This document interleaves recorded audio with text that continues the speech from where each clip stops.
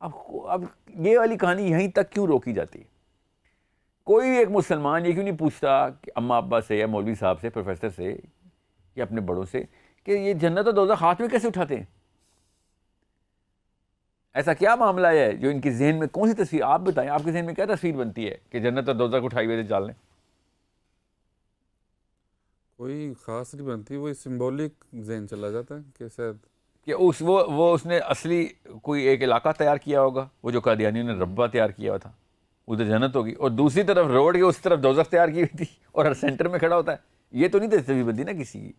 اس نے پوری دنیا میں جانا ہے، اور نبی اسلام نے اس کے ہاتھ کا بتایا، اس کے دائیں ہاتھ میں جنت لے کے پھر رہا، آگ کا دریا ہوگا، اور بائیں جو بھی بائیں ہاتھ میں مکس کر رہا ہوں، جو ایک ہاتھ میں داغ کا دریا ہوگا اور ایک ہاتھ میں جو ریگولر دریا ہوتا ہے پانی کا.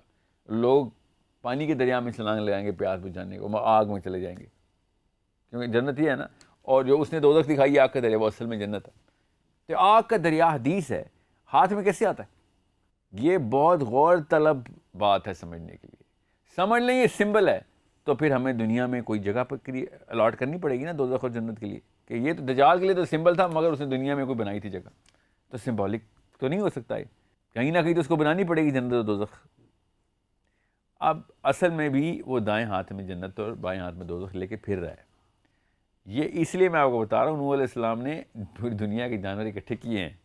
اور نوح علیہ السلام کے اوپر بہت ضروری ہے کہ آپ کو پتہ ہو کہ دیر سم تھنگ ایلس، ایک اور واقعہ ہے جو کہ قرآن میں لکھا ہوا ہے، جو کہ مسلمان ڈسکشن میں نہیں لے کے آتے. اب میں وہ آپ سے پوچھتا ہوں، آپ کے سامنے ٹیسٹنگ ہو جائے گی، اور مسلمان کے دماغ کا اور نفسیات کا ٹیسٹ ہے. یہ بتائیں، آپ کو یہ پتہ ہے نا کہ نوح علیہ السلام کی عمر کتنی ہے؟ نو، یہ کسی کو بھی نہیں پتا کہ نوح علیہ السلام کی عمر کتنی. بس قرآن میں یہ آیت ہے کہ انہوں نے 950 سال تبلیغ کی. تو 950 سال سے لمبی عمر ہے ان کی، ٹھیک ہے. اور یہ بھی میں پتا کہ نوح علیہ السلام کے 3 بیٹے تھے، زیادہ بیٹے تھے مگر 3 جو تھے وہ بچ گئے تھے. چوتھا بیٹا پہاڑ پہ چڑھ گیا تھا کہ میں نے تو نہیں آنا کوئی کشتی میں، ٹھیک ہے. بیوی اور ان کا بیٹا کشتی میں نہیں آئے. پتہ نا آپ کو اس بات کا؟ بیٹا تھا یا پوتا تھا؟ پوتا تھا یا اس کا بھی پوتا تھا؟ پوتا تھا، اس کا بھی سکڑ پوتا تھا. نہیں، بیٹا تھا نا. یہ ہم سب کو پتہ ہے، قرآن نے بتایا اس لیے پتہ ہے. آپ یہ بتائیں، کیا وہ ایسا زمانہ تھا کہ جس میں 930 سال میں شادی ہوتی ہے لڑکے کی؟ ایسا زمانہ تو نہیں تھا. ہر بندے کی اپنی ٹائم پہ شادی، بلکہ اس ٹائم پہ تو زیادہ جلدی شادی ہوتی تھی. ہم نے تو پھر ڈیلے کر دی ہے. 20-22 سال کے لڑکے کے بچے ہوتے تھے. سمجھ لیں ان کی لیٹ ہی شادی ہوئی تھی، تو 40 سال میں کر لی شادی، اور لیٹ کر لیتے ہیں، 50 سال میں شادی کر لیتے ہیں. 950 سال کی تبلیغ کے بعد بیٹے نے بغاوت کی ہے، تو وہ کم از کم 932 سال کا تو بنتا ہے، ٹھیک ہے. 18 سال کا تو ہوگا نا، ٹھیک ہے.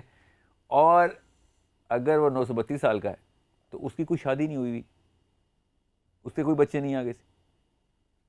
یہ دماغ ہمارا کیوں نہیں سوچتا یہ والے سوال کہ صرف ایک ہی نسل کیوں ہے نوح علیہ السلام کی، اور چھوٹے سے 40 بندوں کا قبیلہ ہی کیوں آ رہا ہے؟ یہ تو کم از کم 50 نسلیں نکلتی ہیں خالی پوتوں کی، ان کے آگے سے پوتوں کی، پھر پوتوں کی. ایک قبیلے، ایک نسل کے اوپر چھوڑیں، ابھی ہاریزونٹل اسٹریچ چھوڑیں، ورٹیکل اسٹریچ ہی 950 سال کی تبلیغ میں 54 نسلیں نکلتی ہیں. اگر 30 سال میں ایک بندہ شادی کرتا ہے اور اس کا بچہ پیدا ہوتا ہے، پھر وہ 30 سال کا ہوتا ہے بچہ، پھر وہ شادی کرتا ہے، پھر اس کا بچہ، 54 جنریشنز لینئر ورٹیکل آتی ہے. یہ والی بات کیوں نہیں سوچتا مسلمان کہ نوح علیہ السلام نے 950 سال تبلیغ کی اور ایک ہی نسل کے بیٹے ہیں؟ اس کا مطلب ہے ٹائم کا کانسیپٹ کچھ اور ہے اس وقت. اور ٹائم کا کانسیپٹ کچھ اور ہونا اس لیے بھی ضروری ہے بیکاز یہ والی ڈیمینشن جس میں ہم ٹائم دیکھ رہے ہیں، اس ڈیمینشن کے اندر یہ سارا معاملہ نہیں ہو رہا. اور اس وجہ سے ہی آپ کو ایکسپلینیشن میں آسانی ہوگی. پورے جانور اکٹھے کرنے کے لیے جو وقت درکار ہے، جو ریسورس درکار ہے، وہ اس ڈیمینشن کی ریسورس نہیں ہے. یہ کام دجال جب کر رہا ہے تو ہمارا کوئی نہ کوئی امیجری بن رہی ہے. اس لیے میں آپ کو بتا رہا ہوں کہ نوح علیہ السلام، آپ کڑی جوڑنی پڑے گی کہ ساحل صاحب نوح علیہ السلام کے اوپر اتنی بحث کیوں؟ کیونکہ نوح علیہ السلام کے ٹائم پہ کوئی ایسی ڈیمینشن کھلی ہے، یا پھر کوئی واقعہ ایسا ہوا ہے جس کے تھرو دجال جیسی کسی چیز نے انٹری کر لی ہے پلانٹ میں. سمجھ رہے ہیں؟ اس لیے یا پھر نوح علیہ السلام نے دیکھ لیا کہ یہ پاسبلٹی ہے اس مخلوق کی آ جانے کی، اس لیے انہوں نے وارننگ دینی شروع کر دی ہے اپنی امتوں کو. سمجھ رہے ہیں؟ جیسے ہمیں پتہ ہے کہ نبی اسلام نے شاہ فرمایا کہ میں نے اسرافیل معراج کے اوپر میں نے اسرافیل کو دیکھا کہ ہونٹ لگے ہوئے چپک گئے ہیں اس انسٹرومنٹ کے ساتھ جو ہورن ہے جس میں ابھی سور پھونکا جائے گا، وہ ٹرمپٹ جو ہے. تو ابھی جب نبی اسلام نے دیکھ لیے تو آ کے ہمیں وارننگ دی نا کہ ابھی واقعہ بہت بڑا ہونے والا ہے، سمجھ رہے ہیں، سور پھونکا جائے گا.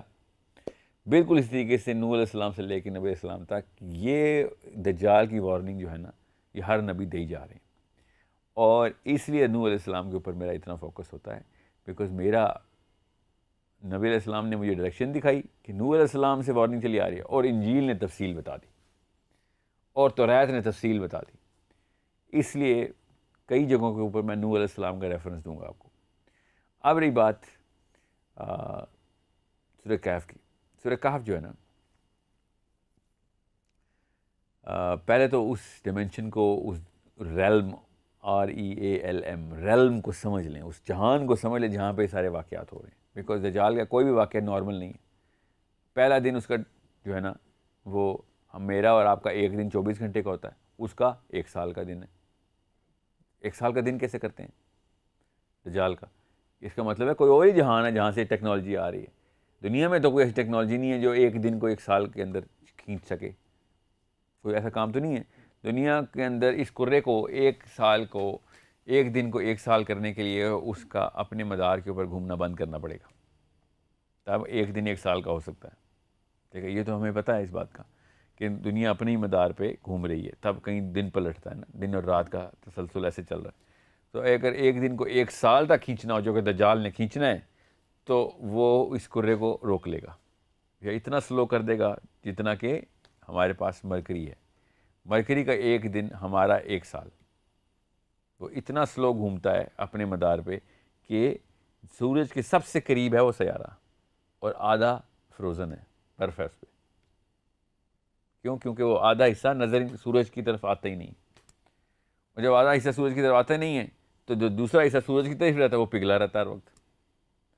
تو آدھا وہ مولٹن ہے اور آدھا فروزن ہے، سمجھ رہے ہیں؟ کیونکہ وہ اتنے عرصے سے شروع سے ایسے ہی معاملہ چلتا آ رہا ہے. ہمارے لیے خالی ایک دفعہ یہ واقعہ ہونا ہے. کرۂ ارض کو ایک دفعہ کے لیے روکنے کی کوشش کرے گا یہ. وہ جیسے بھی روکے گا وہ ایک سپیڈ سلو کر دے گا پلانٹ کی، جس سے وہ 1 دن 1 سال کا ہو جائے. تو صحابہ نے اس لیے پوچھا تھا کہ یا رسول اللہ پھر نماز کیسے پڑھیں گے؟ کیوں؟ کیونکہ صحابہ کو تو پتہ تھا اس بات کا کہ 1 دن میں 5 نمازیں ہوتی ہیں، اگر 1 سال میں تو 5 نمازیں نہیں ہوتی. ٹھیک ہے، تو پروفیسر صلی اللہ علیہ وسلم نے بھی یہی کہا کہ سورج نہیں نظر آئے گا تمہیں، تم نے اندازے سے کرنا ہے. کیونکہ سورج کیسے نظر آئے گا؟ 1 سال کے اندر آپ ایک طرف رات ہو چکی ہے تو 1 سال اب رات ہی رہے گی نا، ایٹ لیسٹ 6 مہینے تو رات رہے گی. تو آپ کو کیسے پتہ چلے گا فجر کا ٹائم ہے یا ظہر کا؟ ظہر تو سورج کے سر پہ آنے پہ ہوتی ہے. ٹھیک ہے، عصر سورج کے غروب ہونے سے پہلے ہوتی ہے اور مغرب سورج کے غروب ہونے کے فوراً بعد. تو سورج تو ہے ہی نہیں، تو کیسے؟ تو وقت گھنٹے کا اندازہ کریں آپ، کتنے گھنٹے میں ہو جانی چاہیے تھی آج کے دن اور بس کریں. سو یہ ایک ضروری بات ہے کہ جو آپ سب کو سمجھنے کے لیے کام آئے گی. اب رہی بات سورہ کہف، ساتھ ساتھ میں دجال کی کڑی جوڑتا رہوں گا، آپ کو سمجھ آ جائے گی. یہودیوں کو نا توریت سے پتہ تھا کہ کہانی شروع ہو چکی ہوئی ہے. یہاں تک کہ اتنا پتہ تھا کہ یہ والے پیشن گوئیاں یہودی آپس میں بھی اور لوگوں کو بھی بتاتے پھرتے تھے. اتنا کلیئر انڈیکیشن تھی ان کے پاس کہ جروسلم سے مدینے کی ایلیمنٹری سیٹلمنٹ نبی علیہ السلام سے 100 سال پہلے ہو چکی ہوئی تھی. 100 سال پہلے ایلیمنٹری سیٹلمنٹ کا مطلب ہے الگ الگ علاقوں میں یہودی بسیرا شروع کر دیا تھا اور باقاعدہ بتاتے پھرتے تھے کہ ابھی نبی نے آنا ہے، ادھر ایک علاقے میں نبی نے آنا ہے. اور 2 الگ الگ ایک ہی طرح کے علاقے ہیں مگر مدینہ کی طرح کی کوئی جیوگرافیکل سملیرٹی ہے، مگر زیادہ تر یہودیوں کو پتہ تھا کہ مدینہ میں ہی آنا ہے نبی نے. اس کا ثبوت کیسے پتہ ہمیں؟ حضرت سلمان فارسی مسلمان نہیں ہوئے تھے ابھی، وہ اپنے سفر پہ ہی تھے، ایک نہ ایک پادری کے ساتھ رکے رہتے تھے اور نبی کی تلاش میں ہی تھے، ہدایت کی تلاش میں تھے. تو ایک استاد چن لیتے تھے، ڈھونڈتے تھے. وہ ایک استاد فوت ہونے سے پہلے دوسرے استاد کا بتا رہا تھا، یہاں تک کہ آخری استاد بھی جو پادری تھا وہ فوت ہو گیا اور اس نے مرنے سے پہلے کہا کہ ایک نبی نے آنا ہے.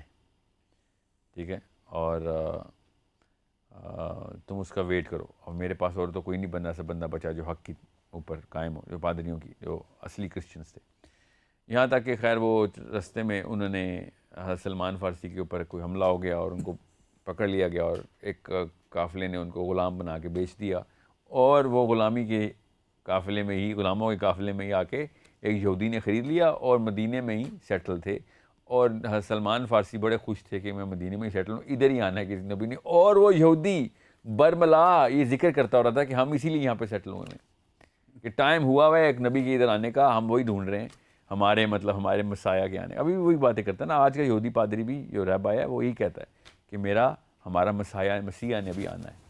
ٹھیک ہے، یاد رکھیے گا یہ مسیح کا لفظ اصل میں نام ہے.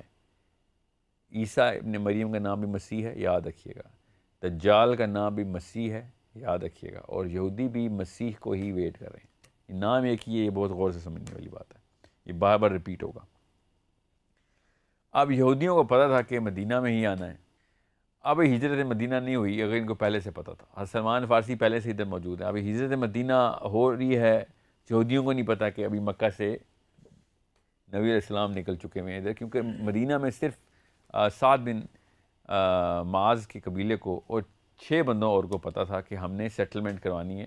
بیعت عقبہ کر کے آ چکے ہوئے تھے، اور یہودی ویٹ کر رہے ہیں کہ کب معاملات ایسے ہوں گے. حالانکہ ساری نشانیاں پوری ہیں، تو بڑا شدت سے انتظار تھا. یہودیوں کی عمومی ڈسکشنز تھی کہ یہی ٹائم ہے. سو بہرحال پھر واقعہ ہو گیا، ہجرت ہوئی، سب کو پتہ چلا کہ ایک بندے نے نبی کا اعلان کر دیا ہوا ہے اور آ گئے ہوئے ہیں یہاں پہ. تو یہودی بڑا خوش. حضرت سلمان فارسی کہتے ہیں کہ مجھے اس نے کھجور کے درخت پہ چڑھایا ہوا تھا، کھجورے میں اتارا تھا، تو نیچے یہ دونوں مل گئے، اس کا مالک یہودی جو ان کا مالک تھا اور اس کا جو بھی جاننے والا دوست تھا، اور اس نے اعلان کیا کہ نبی آ گیا ہے، کوئی آؤ. وہ جس کا انتظار تھا وہ ابھی چیک کرتے ہیں وہ آ گیا ہے کہ نہیں. تو سلمان فارسی بھی خوشی سے جھوم رہے تھے کہ میرا تو یہیں پہ کام، اللہ نے دیکھو کہاں سے مجھے بیچا غلام کے طور پہ اور کہاں سے میں یہاں پہ پہنچایا گیا. سو یہودیوں کو پتہ تھا کہ نبی نے آنا ہے. یہودیوں کو یہ بھی پتہ تھا کہ مدینہ میں آنا ہے، مگر یہودی صرف اور صرف کسی ایک کوالیفیکیشن کے اوپر ایک بندے کو نبی مانتے تھے، اپنے مسیح مانتے تھے. ورنہ ایک نبی پہلے آ چکے ہیں جو کہ یہودیوں نے ٹیسٹ کیے ہیں، آپ کو پتہ ہے نا، ان کا نام کیا ہے؟ حضرت عیسیٰ ابن مریم. ان کو یہودیوں نے اسی علم کے اوپر ریجیکٹ کر دیا تھا. یاد رکھیے کون سا علم، ابھی بتاتا ہوں آپ کو. اور اللہ کی طرف سے دیکھیں کہ حضرت عیسیٰ ہی نے آ کے وہ پروفیسی فلفل کرنی ہے کہ جس کے لیے وہ ویٹ کر رہے ہیں، مگر انہوں نے حضرت عیسیٰ کو ریجیکٹ کیا. اور جب یہ حضرت سلمان فارسی نے سنا کہ آ گیا ہے، نبی آ گئے ادھر، تو یہ بھی اترے، جانے کا انتظار کیا، اور نبی علیہ السلام سے جا کے مل کے آئے. ان کے پاس عیسائیوں کی دیوی پادریوں کی 3 نشانیاں تھیں، وہ انہوں نے جا کے چیک کی. حضرت نبی علیہ السلام کے پاس گئے اور کہا کہ یہ کھانا جو ہے نا یہ صدقے کا ہے، میں آپ کے لیے لائی ہوں، آپ لوگ بھی کھائیں. تو نبی علیہ السلام نے کہا، شکریہ ادا کیا اور صحابہ کو دیا کہ آپ میں سے کوئی کھا لیں. تو حضرت سلمان فارسی دیکھتے رہے کہ نبی علیہ السلام نے نہیں کھایا. سو اس طرح ایک مہر کی نشانی تھی، مہر نبوت کی، جو کہ حضرت سلمان فارسی نے خود، جو نبی علیہ السلام کے جسم مبارک پہ مہر ہے، وہ خود دیکھنے کے لیے ایک خاص ترکیب بھی لڑائی ہو، دیکھ لیا. تو اس طریقے سے سلمان فارسی بھی چیک کر رہے ہیں کرسچنس کی دیوی نشانیوں کو، اور یہودیوں نے آ کے بھی چیک کرنی تھی. اور یہودی آئی بھی، پھر یہودیوں نے آ کے نبی علیہ السلام سے پھر کچھ سوال کیے. اب یہاں پہ آ کے آپ کو نوح علیہ السلام کی کہانی، توریت، مسیح دجال، حضرت عیسیٰ، یہ سب کنیکٹ کرنی پڑیں گی.